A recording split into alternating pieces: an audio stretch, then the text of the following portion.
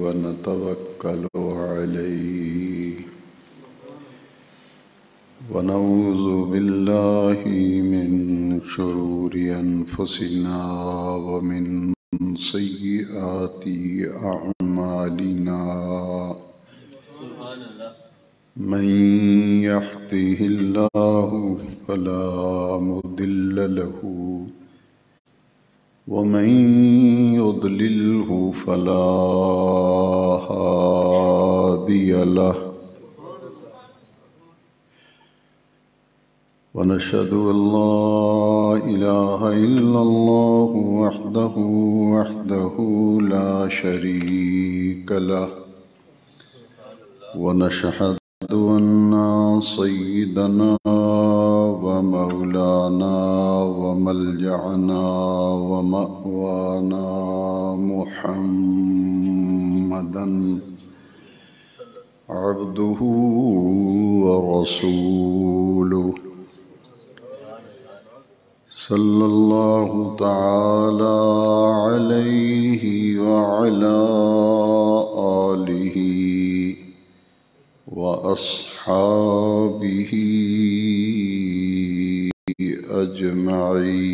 أجمعين أما بعد فأعوذ بالله من الشيطان الرجيم بسم الله الرحمن الرحيم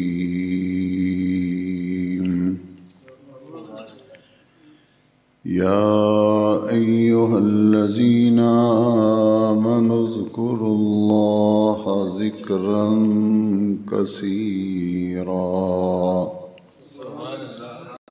وسبحوه بكرة وأصيلا صدق الله مولانا العظيم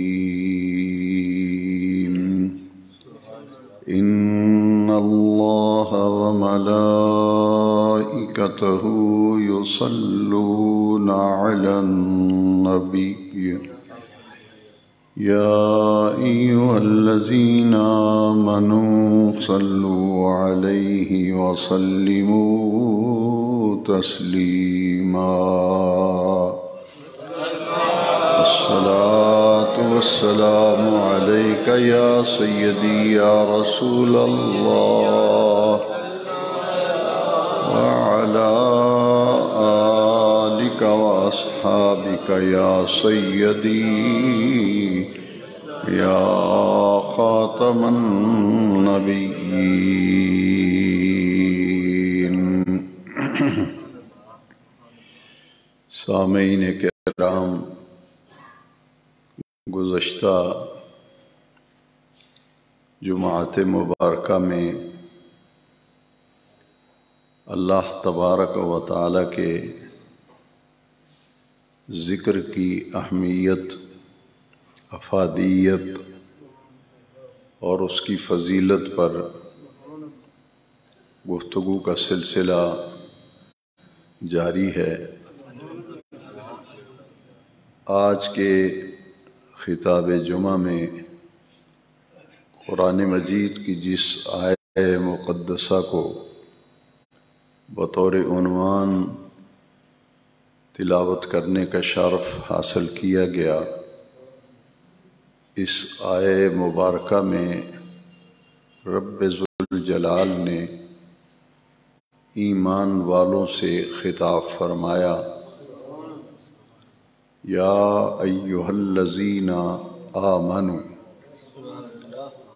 اے وہ لوگو جو ایمان لائے ہو، اے اہل ایمان، اے ایمان والو۔ حضور کی امت کا یہ خاصہ ہے اور یہ فضیلت صرف حضور کی امت کو حاصل ہوئی کہ اس آخری امت کو رب ذوالجلال نے جب بھی خطاب فرمایا، اور قرآن مجید میں جہاں بھی رب ذوالجلال حضور کی امت سے مخاطب ہوتا ہے تو یا ایھا الذین آمنو کا لفظ قرآن مجید میں استعمال کیا گیا۔ اے ایمان والو کہہ کر اللہ نے حضور کی امت کو پکارا، حضور کی امت کو متوجہ کیا۔ اس سے پہلے 1.25 لاکھ انبیاء کرام تشریف لائے، کسی نبی کی امت کو بھی رب ذوالجلال نے اے ایمان والو کہہ کر خطاب نہیں فرمایا۔ یہ حضور کی امت کی خاصیت ہے، خصوصیت ہے، جو پہلی امتوں کو یہ اعزاز عطا نہیں کیا گیا جو حضور کی امت کو اعزاز دیا گیا، اور اس امت کو تمام امتوں میں سے بہترین امت قرار دیا۔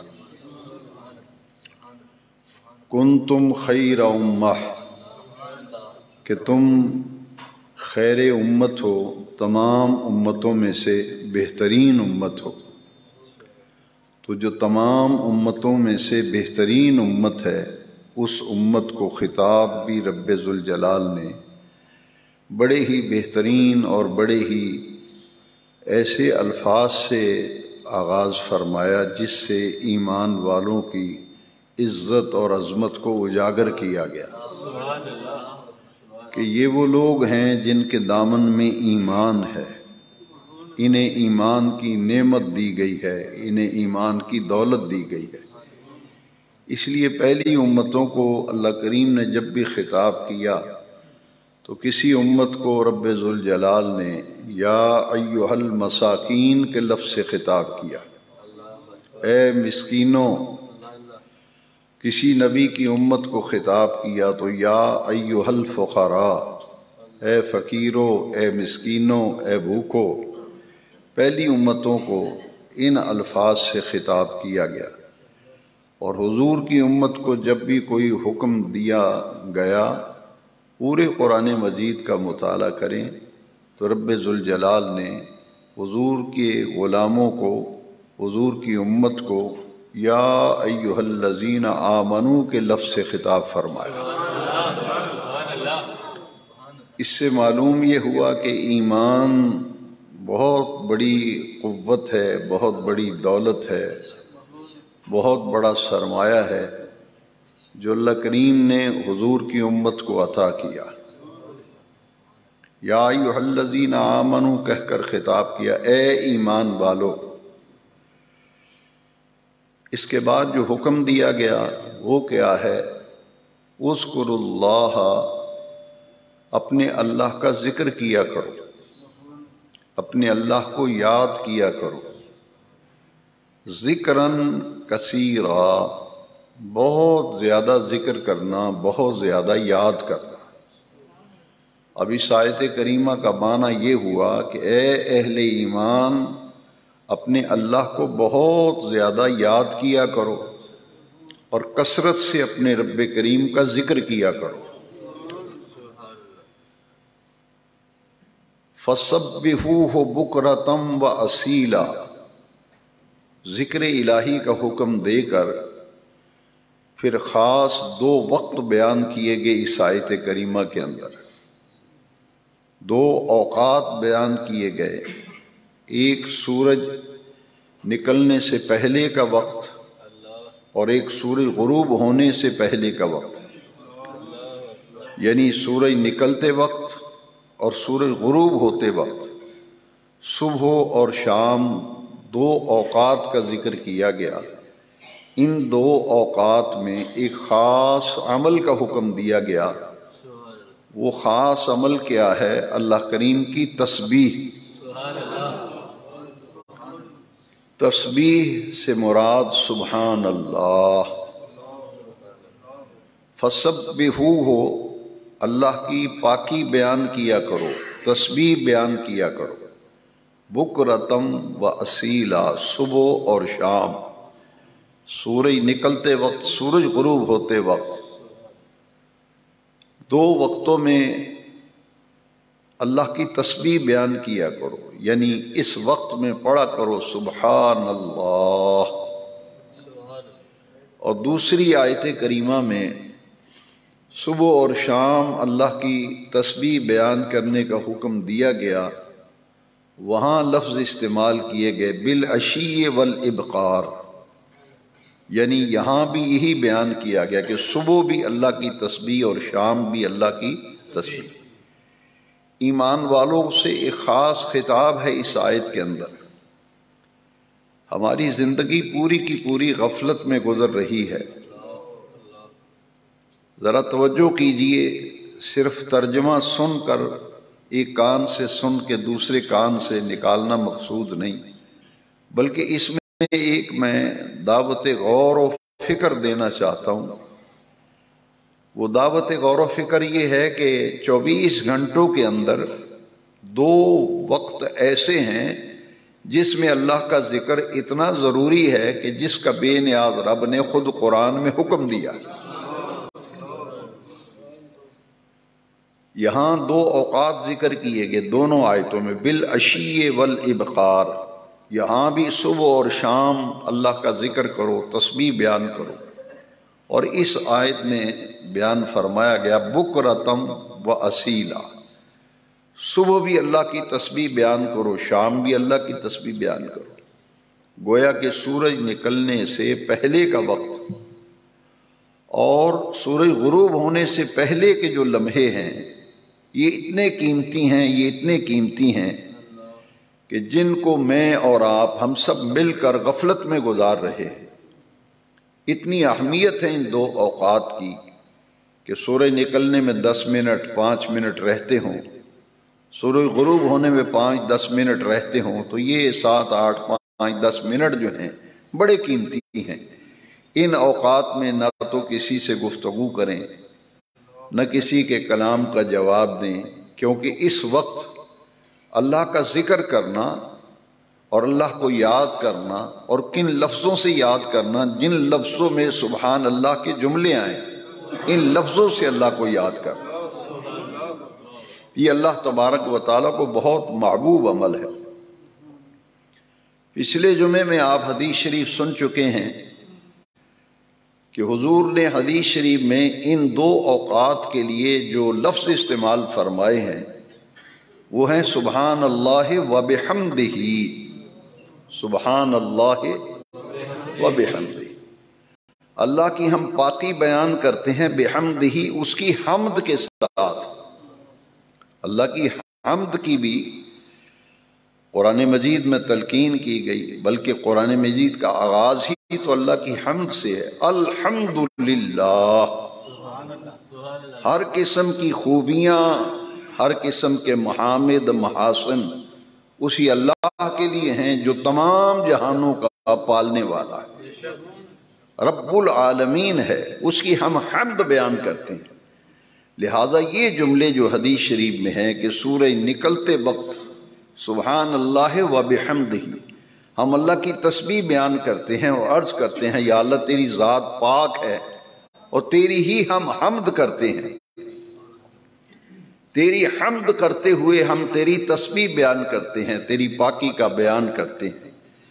یہ 100 مرتبہ کا عدد حدیث شریف میں ہے، نہ اس سے کم نہ اس سے زیادہ، جتنا حدیث شریف میں ہے اتنے پر ہی کفایت کرنی چاہیے، کیونکہ حکم ہے کہ 100 مرتبہ سورج نکلتے وقت اور 100 مرتبہ سورج غروب ہوتے وقت۔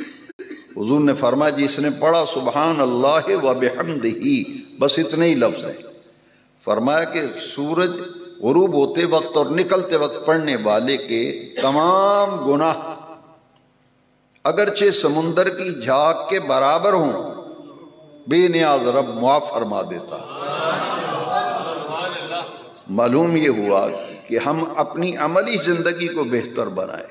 3-4 جمعات سے میرا سلسلہ کلام کا مرکزی نقطہ یہی ہے کہ مجھے اور آپ کو اپنی عملی زندگی کو بہتر بنانا چاہیے۔ کتنی زندگی ہم گزار چکے، کتنی ہماری زندگی باقی ہے۔ کوئی پرمٹ لے کے تو نہیں آئے، کسی نے کوئی گارنٹی لی ہے، کسی کو کوئی پرمٹ ملا ہوا ہے کہ آپ اتنے سال رہو گے، تو پھر ایک نقطہ ہمیشہ ذہن میں رکھے کہ زیادہ گزر گئی تھوڑی کم باقی رہ گئی، زیادہ گزر گئی اور تھوڑی باقی رہ گئی۔ وہ کتنی ہے واللہ عالم بالصواب، یہ تو اللہ جانتا ہے۔ لہذا جو غفلت میں گزر گئی وہ تو گزر گئی، اب کرنے کا کام یہ ہے کہ میں اور آپ ہم سب مل کر ہماری عملی زندگی میں جہاں جہاں کوئی سستی ہے، غفلت ہے، اسے ہم دور کریں اور عملی زندگی کو بہتر بنائیں۔ اس کے لیے نماز پر میں کئی جماعت سے بیان کر رہا ہوں کہ نماز کے معاملے میں جو ہماری غفلت اور سستی ہے وہ تو انتہا کو پہنچ رہی ہے۔ اس لیے ذکر الہی کی کئی جماعت میں آپ یہ بات سمجھ گئے، دروس حدیث میں، دروس قرآن میں، خطبات جمعہ میں، کہ ذکر الہی کی افضل ترین صورت جو ہے وہ کیا ہے؟ نماز۔ لیکن یہاں یہ بات بھی غور میں رکھیں کہ قرآن مجید میں بیان کیا گیا وہ کون سا عمل ہے، وہ کون سا کام ہے جس کی وجہ سے ہم جہنم میں پھینکے جائیں گے۔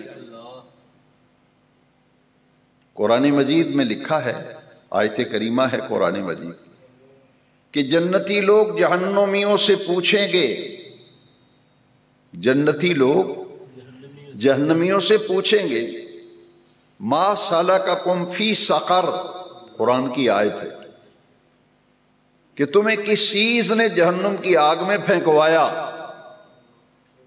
تم نے کیا جرم کیا ہے، کون سا تم نے ایسا کام کیا ہے جس کام اور جرم کی وجہ سے آج تم جہنم میں پھینکے گئے ہو۔ تو وہ کیا کہیں گے؟ قرآن مجید میں لکھا ہے کہ جہنمی جواب دیں گے لم نکو من المصلین، میں نماز نہیں پڑھا کرتا تھا۔ مفسرین کو ذرا پڑھیں نا، انہوں نے لکھا ہے کہ میں پختہ نمازی نہیں تھا، میں پختہ نمازی، کبھی پڑھ لی کبھی نہ پڑھی، اپنی من مرضی، حکم تو خدا کا ہے تو اپنی من مرضی کا اختیار کس نے دیا ہے؟ اس لیے وہ عمل جس کی وجہ سے جہنم میں ہم پھینکے جائیں گے وہ عمل ہے نماز نہ پڑھنا، یا نماز کے معاملے میں اتنا سست ہو جانا کہ پختہ نمازی نہ ہونا، یہ جہنم میں پھینکے جانے کا ذریعہ بنے گا۔ لم نکو من المصلین، میں نماز نہیں پڑھا کرتا تھا۔ ایک اور عمل ہے جس کی وجہ سے جہنم میں پھینکیں گے، وہ کیا ہے؟ لم نکو نطعم المساکین، کہ مسکین اور غریب لوگوں کو ہم کھانا نہیں کھلاتے تھے، جو محتاج تھے، ضرورت مند تھے، انہیں ہم کھانا نہیں کھلاتے تھے، جان کتراتے تھے، گریز کرتے تھے کہ اس کو کھانا نہ ہی کھلانا پڑے، خیرات نہ ہی کرنی پڑے۔ ایک تو اطعام المسکین، مسکین کو کھانا کھلانا، یہ اللہ کو بہت پسند ہے۔ وَيُطْعِمُونَ الطَّعَامَ عَلَىٰ حُبِّهِ مِسْكِينًا وَيَتِيمًا وَأَسِيرًا، کھانا جب کسی کو کھلایا جائے تو اللہ کی محبت میں کھلایا جائے، لہٰذا یہ اللہ تعالیٰ کو بڑا پسند عمل ہے، کسی بھوکے کو کھانا کھلانا، یہ اللہ کو بہت پسند ہے۔ اور کھانا کھلانا ہے وَيُطْعِمُونَ الطَّعَامَ عَلَىٰ حُبِّهِ، اللہ کی محبت میں کھانا کھلانا، مسکین کو، یتیم کو، قیدی کو، یعنی حاجت مند اور ضرورت مندوں کو اگر کھانے کی طلب و ضرورت ہے تو انہیں کھانا کھلانا۔ یہ دو عمل بیان اکٹھے کیے گئے، ان میں سے پہلا عمل جو ہے کہ لم نکو من المصلین، میں پختہ نمازی نہیں تھا۔ پھر حضور نے فرمایا کہ قیامت کے دن جب اعمال کا حساب و کتاب ہوگا، جس عمل سے حساب و کتاب شروع ہوگا وہ تو نماز کا عمل ہے۔ سب سے پہلے یہ نہیں پوچھا جائے گا محفلیں کراتے تھے نہیں کراتے تھے، ہاں اصلاح کرو اپنی، یہ نہیں پوچھا جائے گا کہ دیگے پکاتے تھے کہ نہیں پکاتے تھے، خیر یہ پوچھا جائے گا کہ تمہاری زندگی میں سب سے بڑا فرض نماز تھا، بتاؤ اس کی زندگی کی کتنی نمازیں بنتی ہیں، کتنی پڑھی ہیں، کتنی قضا کی ہیں، کتنی چھوڑی ہیں۔ یہ ساری چیزوں جو ہیں کہ پہلا سوال جو ہے وہ تو نماز کے بارے میں ہوگا۔ اور پھر یہ یاد رکھیے کہ ہمیں اپنی نمازوں کو ضائع ہونے سے بچانا چاہیے، نمازوں کو ضائع ہونے سے اور نمازوں کو فوت ہونے سے بچانا چاہیے۔ نماز فوت ہونے سے مراد کیا ہے؟ کہ جو نماز اپنے وقت پہ نہ پڑھی جائے، گزر جائے، وقت گزر گیا ہم نے پڑھی نہیں، وہ ہم نے نماز ضائع بھی کر دی، وہ ہماری نماز فوت بھی ہو گئی کیونکہ وقت گزر گیا، ہم نے پڑھی نہیں نماز۔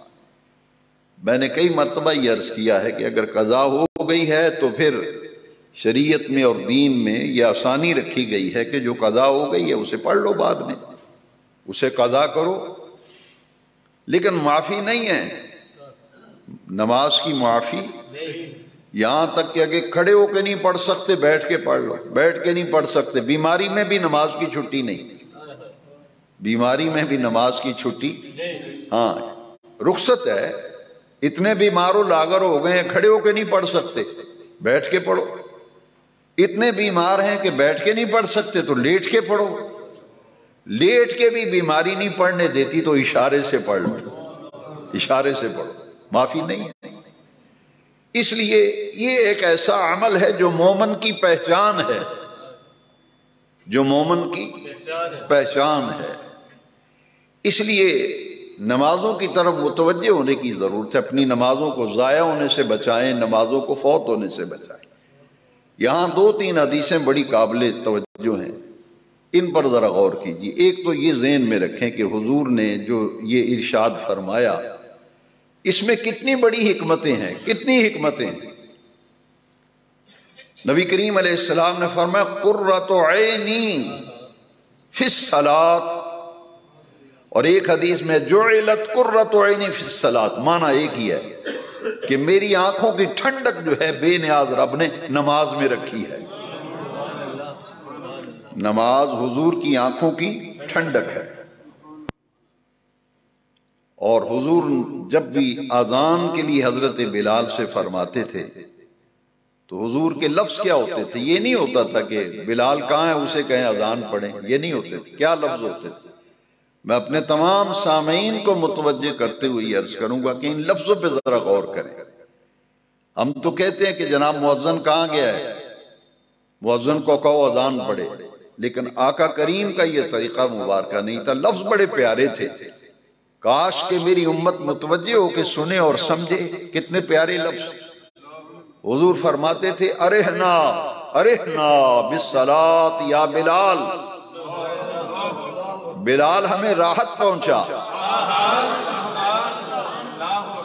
ہمیں ٹھنڈک پہنچا، ارحنا یا بلال، ارحنا بالصلاۃ یا بلال۔ جب سرکار یہ فرماتے، یہاں اذان کے ظاہراً تو حکم نہیں ہے کہ اذان پڑھ، لفظ تو ہے ارحنا، ہمیں ٹھنڈک پہنچا، ہمیں راحت پہنچا، کس سے؟ بالصلاۃ، نماز سے۔ تو بلال سمجھ جاتے تھے کہ اذان کا حکم ہوا ہے، کیونکہ اذان ہوگی نماز ادا کی جائے گی، اور نماز با جماعت سے سرکار فرماتے ہیں مجھے راحت پہنچا۔ یعنی حضور کی آنکھوں کی ٹھنڈک بھی نماز میں ہے، حضور کی راحت بھی نماز میں ہے، حضور کی راحت بھی نماز میں ہے۔ تو نمازوں کو ضائع ہونے سے ہمیں بچانا چاہیے۔ بس ایک عادت بنا لیں کہ جب وقت شروع ہو گیا ہے، اذان ہو گئی ہے، بس طبیعت میں یہ بات لائیں، اپنے مزاج میں شامل کریں، ساری مصروفیات ترک، سارے کام چھوڑ چھاڑ کے پھر نماز کی ادائیگی کریں۔ اور جو لوگ کہتے ہیں کہ صبح کو میں رات کو لیٹ سویا تھا صبح، تو بزرگوں نے لکھا ہے کہ آسان طریقہ یہ ہے کہ بھئی اٹھو، پڑھو اور پڑھ کے سو جاؤ، پڑھ کے فجر پڑھ کے پھر سو جاؤ۔ میں جتنی دفعہ بھی میں نے بیان کیا، میں نے پیر جماعت علی شاہ صاحب کے حوالے سے بیان کیا، لیکن میں پرسوں رات کو مطالعہ کر رہا تھا، بڑا پیارا وقت تھا 2 بجے کا، مجھے بڑا سکون ملا کہ میں پیر جماعت علی شاہ صاحب کے اقوال میں یہ پڑھا تھا، انہی کے ریفرنس سے بیان کرتا تھا۔ لیکن جب میں نے یہ حدیث شریف پڑھی طبرانی میں تو بڑا لطف آیا کہ یہ تو حضور کی حدیث ہے، بیان پیر جماعت علی شاہ صاحب امیر ملت نے کی ہے نا، لیکن ہے یہ حدیث اور طبرانی کے اندر ہے۔ صحابی کہتے ہیں نبی کریم علیہ السلام نے فرمایا رات کو ضرور اٹھ کر نفل پڑھا کرو، نماز پڑھا کرو رات کو اٹھ کر۔ فرمایا جتنا وقت بکری کا دودھ دوہنے میں نکالنے میں وقت لگتا ہے نا، اگرچہ اتنی دیر اٹھو لیکن رات کو ضرور اٹھا کرو۔ آج سے پہلے میں نے بیان، میرا ریکارڈ ہوتا ہے ترجمے کا، میں نے جب بھی بیان کیا امیر ملت کے حوالے سے کہ انہوں نے فرمایا کہ رات کو اٹھا کرو، اگرچہ بکری کا دودھ دونے میں جتنا، مریدوں کو کہتے تھے، کہتے کیوں تھے؟ یہ پرسوں رات مطالعے میں بات آئی کہ یہ تو سرکار کی حدیث ہے کہ رات کو اٹھو اگرچہ 2 نفل پڑھو، یہ نہیں کہ آپ کہ میں 100 رکعت رات کو پڑھے ہیں، میں نے 50 پڑھے ہیں، 2 بھی پڑھ لیں گے نا تو آپ کی تہجد ہو جائے گی۔ یہ رات کی نماز اللہ کو بڑی پیاری ہے۔ سورہ مزمل آپ پڑھیں نا، سورہ مزمل تو نازل ہی رات کی نماز کے لیے ہوئی، قم اللیل الا قلیلا، جس میں یا ایھا المزمل۔ اب یہ رات کا جاگنا اللہ کو بڑا پسند ہے، اور ہم جیسے جو کمزور بے عمل لوگ ہیں ان کے لیے تو آسانی ہو گئی اس حدیث کی جو میں کئی مرتبہ آپ کو سنا چکا ہوں۔ 2 راتیں نماز کی بڑی بھاری ہوتی ہیں، بڑی مشکل ہوتی ہیں پڑھنے میں، ایک عشاء کی فجر کی۔ تو حضور نے ان دونوں نمازوں کے متعلق فرما دیا تھا کہ عشاء کی نماز جماعت سے پڑھی، فجر کی جماعت سے پڑھی، رات بھر سویا رہے گا، لکھا جائے گا رات بھر عبادت کرتا رہا ہے۔ تو یہ رات کی عبادت اور رات کا جاگنا اللہ کو بہت پسند ہے۔ اللہ اس لیے جو سورج نکلنے کا وقت ہے اس سے پہلے فجر کی نماز، اور سورج غروب ہو جانے کے بعد پھر نماز مغرب کی نماز۔ فَسَبِّحُوهُ بُكْرَةً وَأَصِيلًا۔ اس آیت کریمہ پر عمل کرنے کے لیے پھر پابند ہو جائیں، فجر کی نماز با جماعت کے اور مغرب کی نماز با جماعت ہونے کے پابند ہو جائیں۔ جس آیت کو آج میں نے بیان جمعہ کے لیے بطور عنوان تلاوت کیا ہے، فَسَبِّحُوهُ بُكْرَةً وَأَصِيلًا۔ صبح بھی اللہ کی تسبیح بیان کرو، شام کو بھی اللہ کی تسبیح بیان کرو۔ وَارْكَعُوا مَعَ الرَّاكِعِينَ، جھکنے والوں کے ساتھ جھکو، رکوع کرنے والوں کے ساتھ رکوع کرو۔ یہ تو محراب کا معنی کیا ہے؟ آج کل تو محراب اسے کہتے ہیں نا جو آپ کے سامنے ہے، لیکن پہلے انبیاء کرام میں اور پہلی نبیوں کی قوموں میں جہاں ان کی امت نماز پڑھتی تھی، اس نماز جہاں پڑھتی تھی اسے کہتے تھے محراب۔ حضرت مریم کا ذکر ہے نا قرآن مجید، وہاں محراب میں وہ اللہ کی عبادت کر رہی، اس سے مراد یہ محراب نہیں ہے۔ جہاں بھی وہ نماز پڑھتے تھے اس جگہ کا نام کیا ہوتا تھا؟ محراب۔ وہ حجرہ ہو، وہ مقام ہو کوئی۔ تو محراب کا اگر معنی آپ کو میں سناؤں تو آپ تو میری طرف دیکھیں گے، حیران ہو گئے۔ محراب یہ حرب سے ہے، حرب کہتے ہیں جنگ کو، حرب کہتے ہیں، اور محراب کہتے ہیں اس میں ظرف ہے، جنگ کرنے کی جگہ، جنگ کرنے کی۔ یہ محراب اس لیے اسے کہتے ہیں، پہلے نبیوں کی امتیں جہاں بھی نماز پڑھتی تھی انہیں کیا کہتے تھے؟ محراب۔ نماز جہاں پڑھی جاتی تھی محراب یعنی جنگ کرنے کی جگہ۔ کس سے جنگ کرنی ہے؟ کس؟ ایک شیطان سے اور ایک اپنے نفس سے، نفس امارہ۔ ایک ہے نفس مطمئنہ جو آپ کو نماز کی طرف کھینچ کے لایا ہے، جس نے کہا ہے بھائی سردی ہے لیکن حکم اللہ رسول کا ہے، اٹھو نماز پڑھو، تو جو نماز کی طرف لے آیا وہ ہے نفس مطمئنہ۔ اسی لیے قرآن میں فرمایا گیا کہ جب نیک آدمی دنیا سے جاتا ہے تو ملائکہ آسمان سے آتے ہیں، کہتے ہیں یا ایتھا النفس المطمئنہ، اے نفس مطمئنہ، ارجعی الی ربک راضیۃ مرضیہ۔ نفس مطمئنہ تو نیکی کی طرف کھینچ کے لاتا ہے۔ جنگ ہے ایک شیطان سے، کیونکہ اس نے کہا تھا اللہ کریم سے جب جنت سے نکالا گیا تھا کہ نکل جا جنت سے، اور قیامت تک تجھ پر اللہ کی لعنت ہے، نکل جا۔ اس نے کہا جو تیرے مخلص بندے ہوں گے میں ان کو گھیروں گا، کبھی دائیں طرف سے حملہ آور ہوں گا، کبھی بائیں طرف سے، کبھی آگے سے حملہ آور ہوں گا، کبھی پیچھے سے۔ تو شیطان حملہ آور ہوتا ہے تو ہم اس سے لڑتے ہیں، وہ ہمیں نماز سے دور کرتا ہے، ہم جھٹک کر پھر نماز کی طرف آتے ہیں۔ وہ کہتے ہیں نہیں سوئے رہو ابھی بڑا ٹائم ہے، ابھی اذان میں بڑا وقت ہے، اذان ہو جائے گی پھر تھپکیاں دے گا، کہے گا اذان ہی ہوئی ہے نا، ابھی نماز میں بڑا وقت ہے، تھوڑا سا اور آرام کر لو، تھوڑا سا اور۔ یہ جنگ ہے، اسی لیے محراب کا معنی ہے جنگ کرنے کی جگہ، اور یہ حرب سے ہے، حرب کہتے ہیں جنگ، شیطانی وسوسے اور شیطانی قوتوں سے جنگ، نفس سے جنگ۔ اب یہ شیطان سے جنگ، یعنی جتنی بھی خواہشات و خیالات انسان کو آتے ہیں، یا تو نیک خواہشات ہوتی ہیں یا بری خواہشات ہوتی ہیں۔ اسی لیے قرآن مجید کی آخری سورت جو ہے اس میں ذرا دیکھیں، سورۃ الناس، الذی یوسوس فی صدور الناس من الجنۃ والناس۔ کچھ انسان ہیں جو لوگوں کے دلوں میں وسوسے ڈالتے ہیں، کچھ جن ہیں جو لوگوں کے دلوں میں وسوسے ڈالتے ہیں، شیاطین، یہ جو وسوسے دل میں آتے ہیں، پھر انسان ٹکر لیتا ہے اور پوری قوت کے ساتھ ہمت کر کے، قوت ارادی اور عزم مصمم مضبوط کر کے پھر وہ مصلی پہ کھڑا ہو جاتا ہے، نماز پڑھتا ہے۔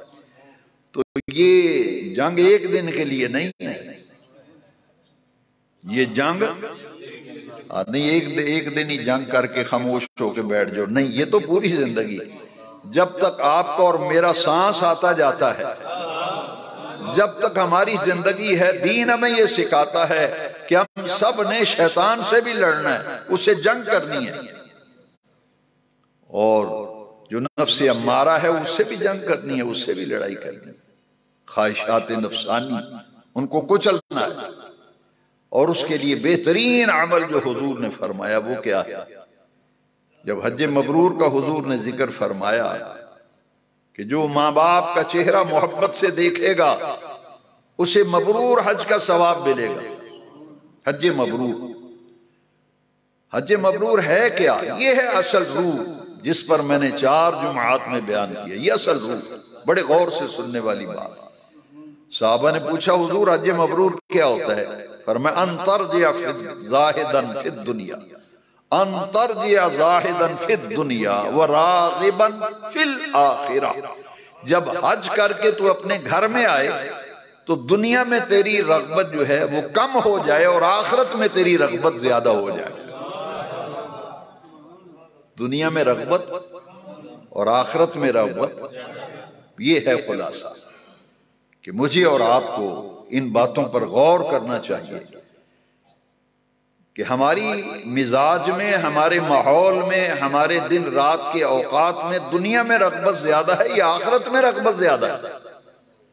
تو جس آدمی کو دنیا کی رغبت کے ساتھ ساتھ آخرت کی رغبت بھی موجود ہے تو اس کو اللہ کا شکر کرنا چاہیے، شکر کرنا چاہیے کہ رب کریم نے مجھے آخرت کی بھی رغبت دی ہے، قبر کی بھی یاد رکھنے کی ہمیں توفیق دی ہے، تو قبر و آخرت کی فکر اور توجہ رکھنا، اس کے لیے اس سے بڑا کوئی عمل نہیں، اس سے بڑا کوئی ذکر نہیں، اس سے بڑا کوئی عمل نہیں جو نماز کا عمل ہے۔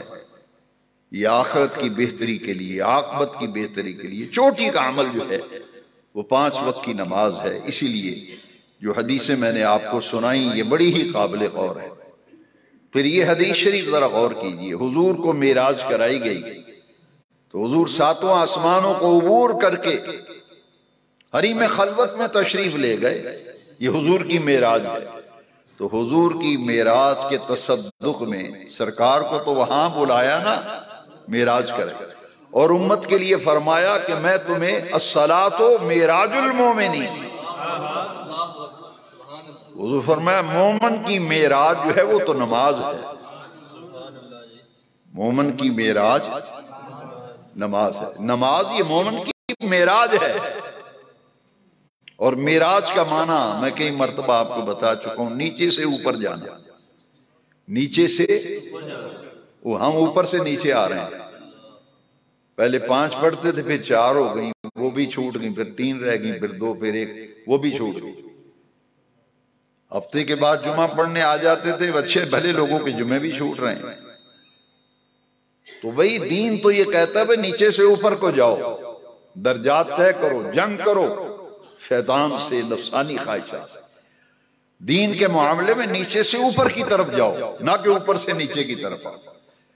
اور پھر یہ لفظ قرآن مجید کے تو بڑے ہی پیارے ہیں، بڑے ہی پیارے ہیں۔ جب میں ان آیتوں میں، آیت کریمہ میں ان دو لفظوں کو پڑھتا ہوں تو اللہ کی قدرتوں کا نظارہ ہو جاتا ہے۔ فَاسْتَابِقُوا الْخَيْرَاتِ، فَاسْتَابِقُوا، یہاں ہماری دوڑ لگی ہے دنیا کے لیے۔ کہتے اس نے مکان اتنا اچھا بنایا، میں اس سے بھی اچھا بناؤں گا۔ اس نے اپنی دکان کو اچھا بنایا، میں اپنی دکان کی اب مینجمنٹ کروں گا، اسے ڈیمالش کر کے میں اس کو نئے سرے سے اس سے بھی خوبصورت بناؤں گا، اس سے بھی مکان اچھا بناؤں گا۔ دوڑ لگی ہے نا دنیا کی۔